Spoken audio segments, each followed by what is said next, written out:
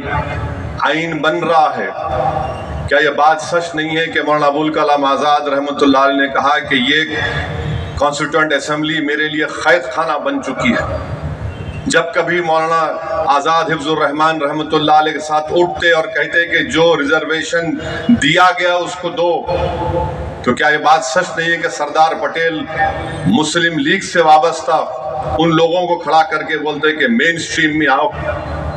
پھر اس کے بعد آپ دیکھیں گے کہ سمویدھان کا مائنارٹی رائٹس کی جو کمیٹی بنائی گئی، سردار پٹیل کو ذمہ داری دی گئی۔ 27 فروری 47 کو سب کمیٹی نے کہا کہ مسلمانوں کو ریزرویشن ملنا چاہیے۔ 8 اگست 47 کو اس کو وڈرا کر لیا گیا۔ کیا یہ بات سچ نہیں ہے کہ مولانا آزاد نے جب مسلم لیگ کے لوگ مسلمانوں کو کہہ رہے تھے کہ تم پاکستان چلو، جو گورنمنٹ میں ملازم تھے، مولانا آزاد نے محنت کر کے ایک سرکولر جاری کروایا، اور پھر کیا ہوا؟ وہ سرکولر واپس لے لیا گیا۔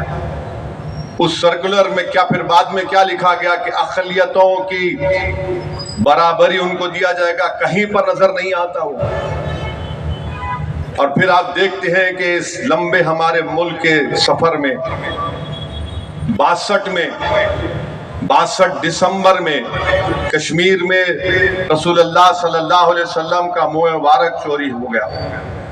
کیا آپ جانتے ہیں کہ 8 لاکھ مسلمانوں کو اس وقت ایسٹ پاکستان میں ڈھکیل دیا گیا؟ 8 لاکھ، یہ ڈیٹا ہے اس کا۔ فسادات کتنے ہوئے؟ نلی کا میسکر ہوا آسام میں، آپ نے دیکھا فساد ہوا ہاشم پورہ کا، ملیانہ کا، اور آپ نے دیکھا گجرات میں، بلکہ 69 کا فساد تو 2002 سے بدترین تھا۔ پھر 2002 کی نسل کشی ہم نے دیکھی، 2019 کا دلی کا فساد دیکھا، حیدرآباد کے فسادات ہم نے دیکھے۔ مگر ایک بات جو لوگ سمجھتے نہیں ہیں وہ یہ ہے کہ ان تمام فسادات کو ہم نے دیکھا، ہماری مسجد کو شہید کر دیا گیا، اور کورٹ کا جب فیصلہ آیا تو کورٹ نے کہا کسی نے شہید نہیں کیا۔ سپریم کورٹ کا فیصلہ آیا تو کہا کہ آستھا کی بنیاد پر مسجد آپ کو نہیں دی جا سکتی۔ ملک کی تاریخ اٹھا کر پڑھ لو، جو لوگ آج مسلمانوں کو گالی دیتے ہیں اور وفاداری کا سرٹیفکیٹ ہم سے پوچھتے ہیں، اتنا سب ہم نے سہا اور کل بھی سہیں گے، مگر وطن سے نفرت کے مظاہرے نہیں کیے۔ اقتدار پر بیٹھ کر ظلم کرنے والوں سے ہم نے کہا کہ تم ظالم ہو، ہم تم سے نفرت کرتے۔ تم مسلمانوں کو اگر تم دبا رہے ہو تو تم بھارت کو کمزور کر رہے ہو۔ اگر بھارت ایک دنیا کا امن گاہ بننا چاہتا ہے، ایک ڈیولپ کنٹری بننا چاہتا ہے، کیسے بنے گا جب آپ 19 کروڑ مسلمانوں کو اس طرح حقارت کی نظر سے دیکھیں گے، ان سے ناانصافی کریں گے؟ اور سمویدھان میں رائٹ ٹو ایکوالٹی جو ہے وہ سبسٹینٹیو ایکوالٹی ہے، آپ اس کو بھول جاتے ہیں۔ مسجد کا فیصلہ ہمارے خلاف آیا تو کیا کسی مسلمان نے کورٹ میں جا کر کسی جج کے اوپر جوتا پھینکا؟